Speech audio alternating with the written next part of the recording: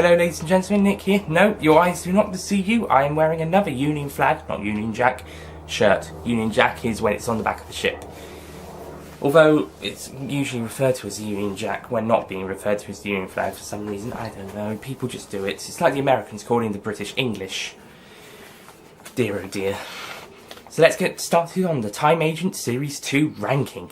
Yes, now Series 2 was, wow, great series. As Richard B. Brooks says in his 5 Who Fans review on Time Agent, it is an improvement on Series 1.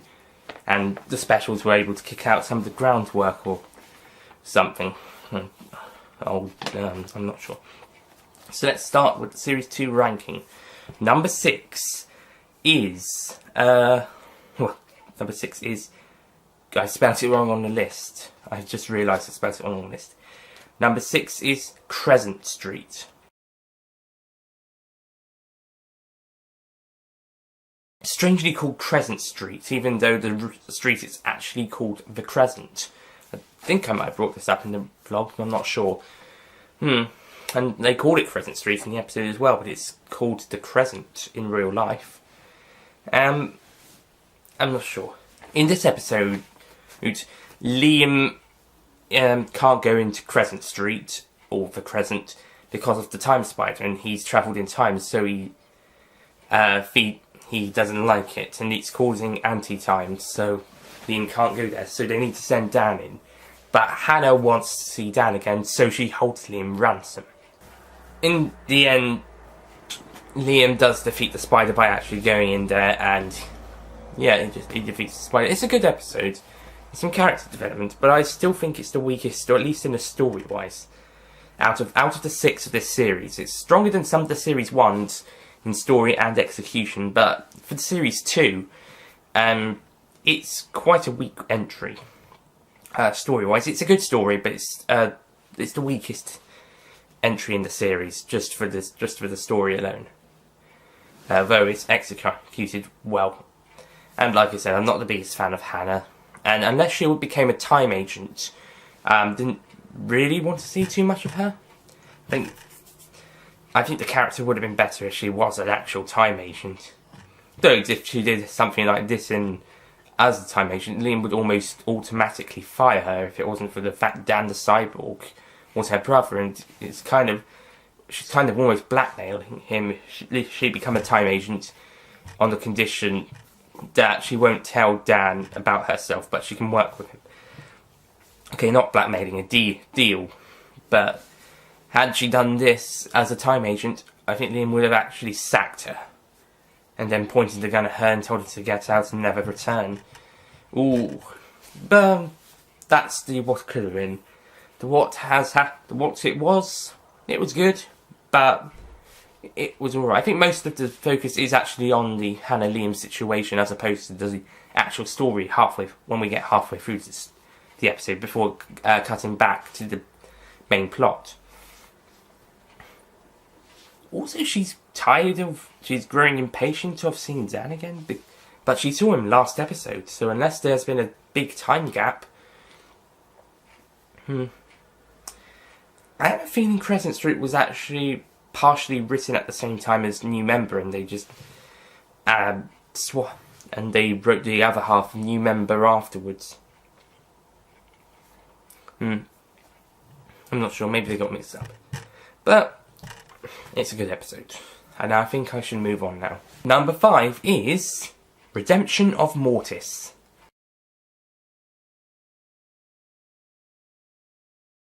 Right, Redemption of Mortis. Again, like Crescent Street, it's good, it's really good, but I think there's stronger ones in the series. I think this one's an improvement story-wise, and with the Robin Mortis story arc that goes on for this series and into the first half of Series 3, it works really well, and also the Mortis Liam and Dan storyline, the Mortis story arc that started in Series 1, and it kind of comes... it kind of carries on into the other half of Series 2 and Series 3 and 4, but I think for this part of the story arc it comes to a conclusion, and then it can get going with the Robin Mortis one, and then we can get going into the Mortis becoming a team leader after Liam's departure and all this time he's growing as a human being. And Mortis is great as we think he's a villain at first, but later on it's revealed that he came back to help with the team fighting. We kind of saw that happening. And we then see that he's wanting to join the team because Liam told him the story of the blue box, although we don't actually see that in Dark Revelations. I think there's stuff in here and other episodes that has talked about that didn't actually happen. Or at least not on screen. We do see how Mortis got sent back into the code after Dark Revelations, and that explains his absence for the rest of the series, beforehand and in the specials. Last little bit of Ben and Danny before they leave the series forever, apart from flashbacks. I don't know if they're credited in this one, to be honest. Matt Williams and Harry Williams as Danny and Ben, respectively. Last credited ones might have been The Fallen Hero, and Matt Williams wouldn't even have been Danny in that one. He would have been Bob. And also Liam tells the Venators that he gave their brothers one warning and they disrespected it. That didn't exactly happen in Memoirs of the Lost. It played out a bit differently. So he's kind of making some of the stuff up. Maybe, I don't know, maybe Jamie Carroll just didn't see Memoirs of the Lost or didn't read the script. And Billy then told him he had to include the Venators in this one. Or maybe he just knew they were in it. I don't know, some misdirection happened. But it's still a good episode. And Dan watering the grass is a funny thing. You get to see that in Mortis' Mission to Fan episode. It's very funny.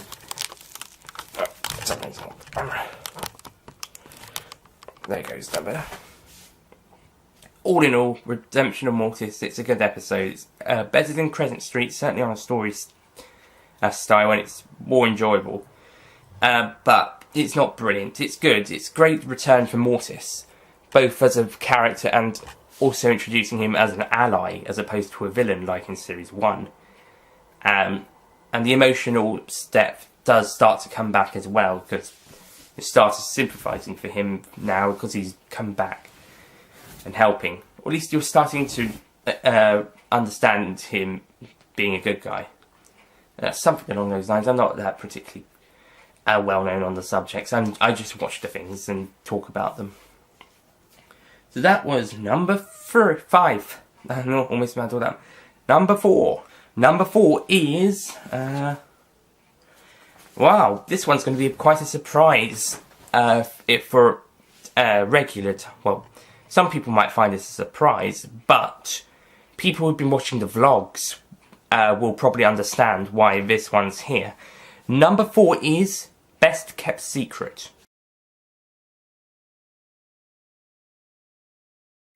The 6th and final episode of the series, Crescent Street was number 2 and Redemption was 3. This one has a fantastic first half, but the second half is a bit of a train wreck. Besides Dan's death, it kind of goes a bit all over the place. Dan's death was probably one of the best things in the episode, although the execution of him being shot by the Zachatron was a bit messy. The bit that followed with him and Mortis and Hannah, and then the bit afterwards, despite with Liam and the Zachatron and Dan, Zachatron Oracle, despite having some audio dub or out of sync, it was still executed well. It's just that some of the bits were not.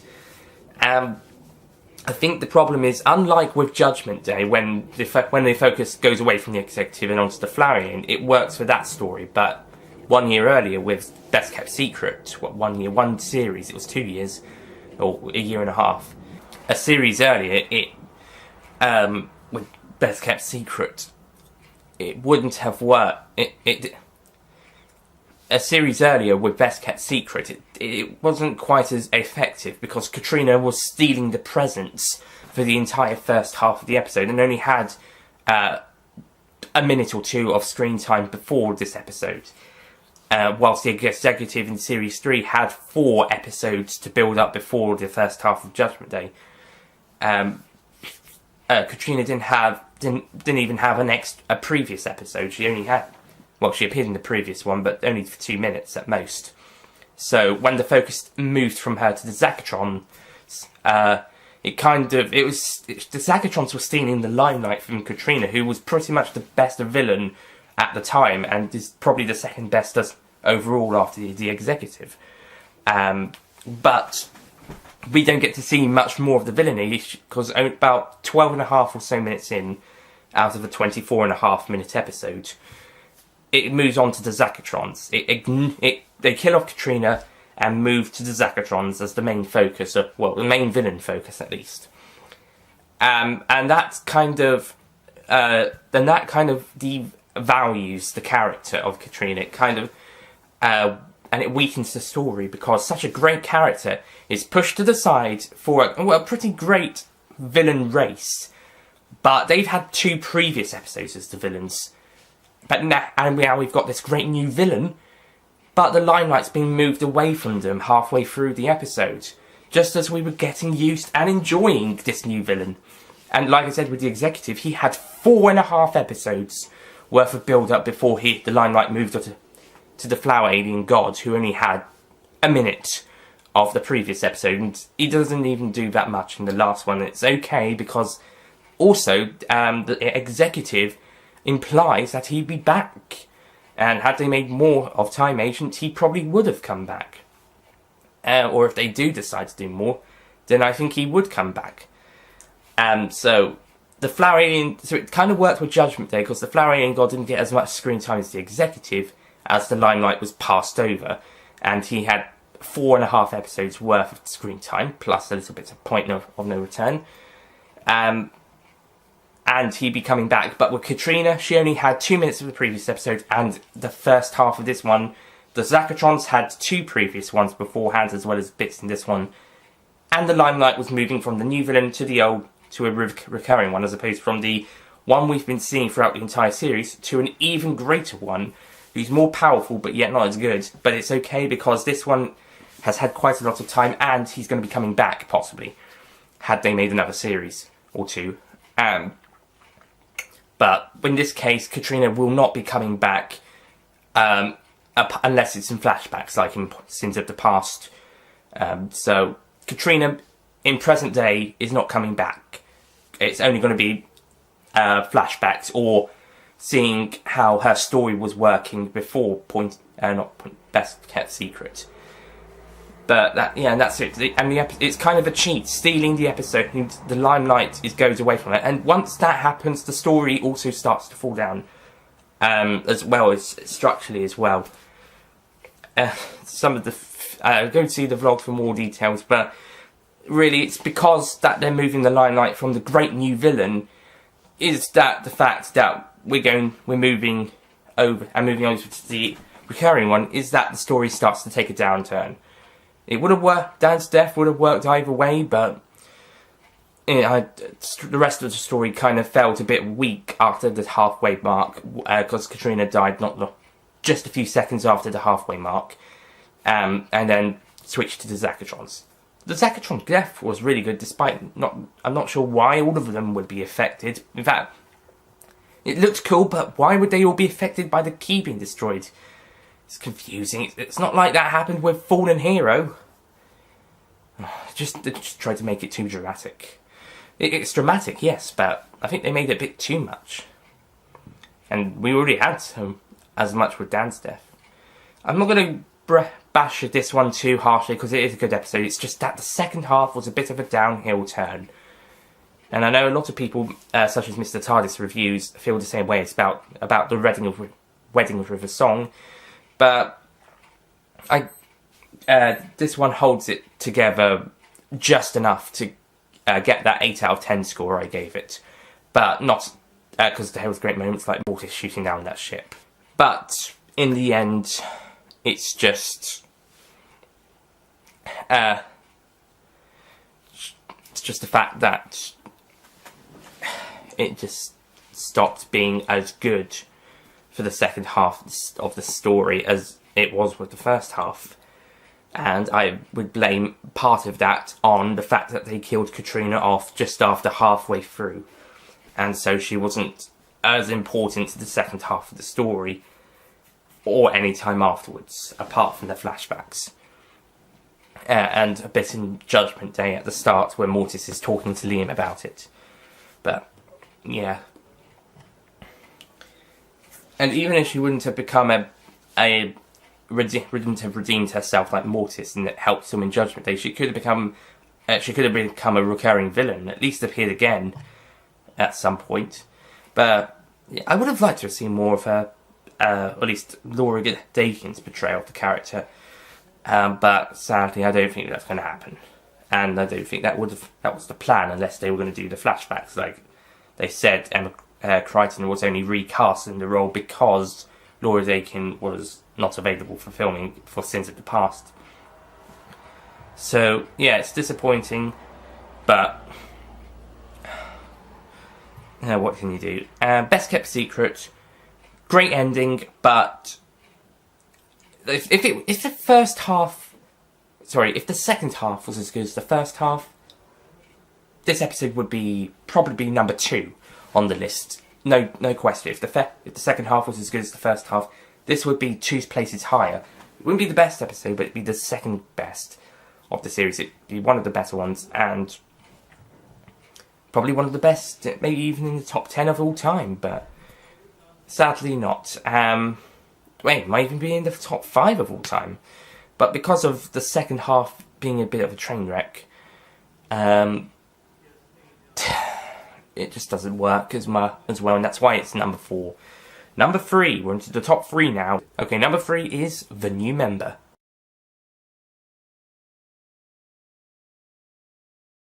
Now this one was actually, I would probably have put in this lower than Best Kept Secret before the vlog rewatch. I think I enjoyed it on the rewatch beforehand, but the vlog rewatch was the one that I really enjoyed it.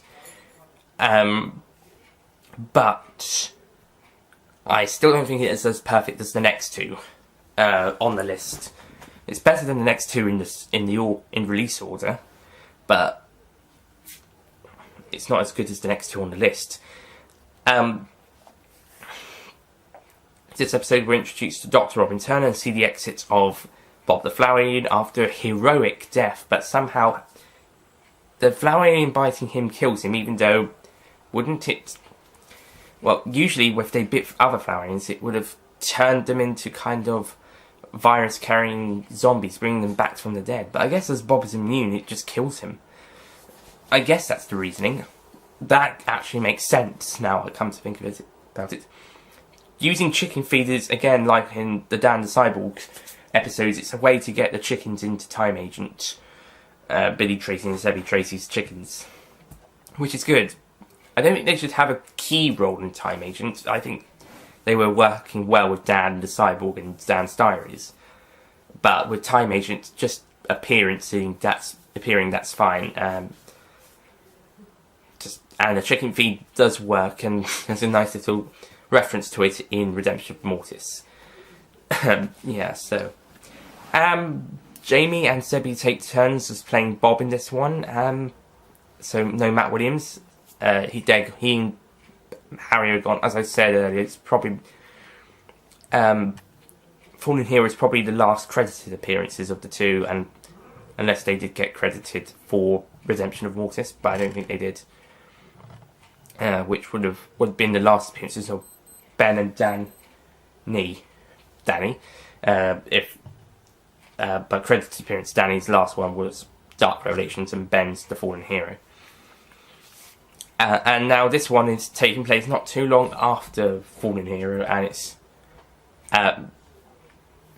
trying to deal with that loss, as well as wondering if they need any more new members. And once Bob gone, Liam decides, you know what, I like this Dr. Robin Turner, he's been great, he's been helpful, sorting this out. You're hired.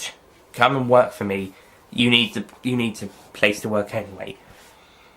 And it's also setting up Robin's story as well, really well. We don't get to see his backstory, but he explains it, and unlike the backstories to Liam, Dan, and, well, Ben in particular, we get to understand it straight away. It took until the previous episode released to know what Dan's backstory was, and Liam's, between leaving the Time Agency and the start of Series 1, was kind of vague, besides just some shots of him running and wobbling around a forest. It didn't really show much.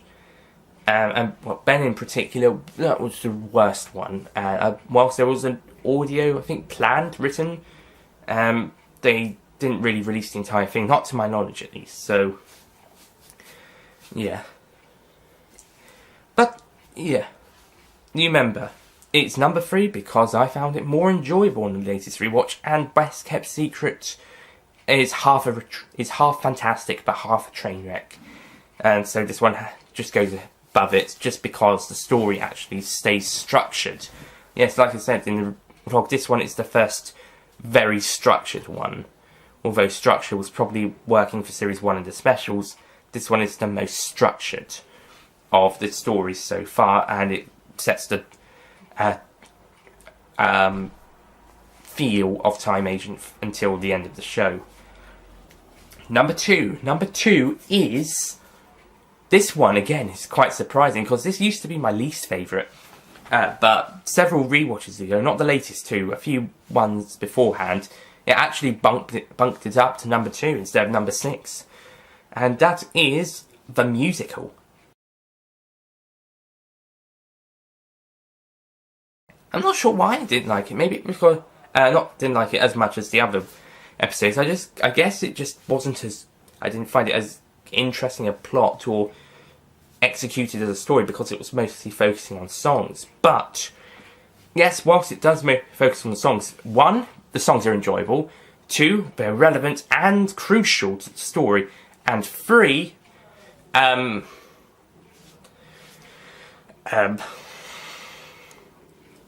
was it? I was getting so distracted. 3, there's an emotional and really well thought out and told story trying to alongside it. I mean, you got the flower alien thing trying to help Liam rediscover his sadness and misery in order to fight the fake happiness, in order so everyone can be both happy and sad at the same time, be equal. And it kind of gives us a message about what's real happiness, and is it all real and all that. It's a great one, and the songs are great. It's just a little bit of fun. The songs are fun, but when the songs aren't there, you've got the more serious story going on, especially with the sad bits with the alien trying to recover Liam's misery.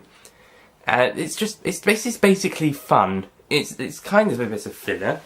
Yes, it's just so Mortis and Dan can get to grips with working with each other, and Mortis working for the agency, and Robin goes away on holiday for a little bit in order to have time to think. And Liam gets quite a lot of limelight in this one. But unlike the Mortis Code last series, this isn't filler for this. This filler actually is fun and enjoyable, as opposed to just set up for the great finale. As well as bringing some stuff from the last couple of episodes in. No, this one is just fun. This is a fun episode, and whilst unlike Crescent Street, which was just Crescent Street would count as a actual, wouldn't be filler, because that actually serves a similar purpose to other episodes in the series. It's actually an episode. This one is an episode, but it does feel a bit like filler.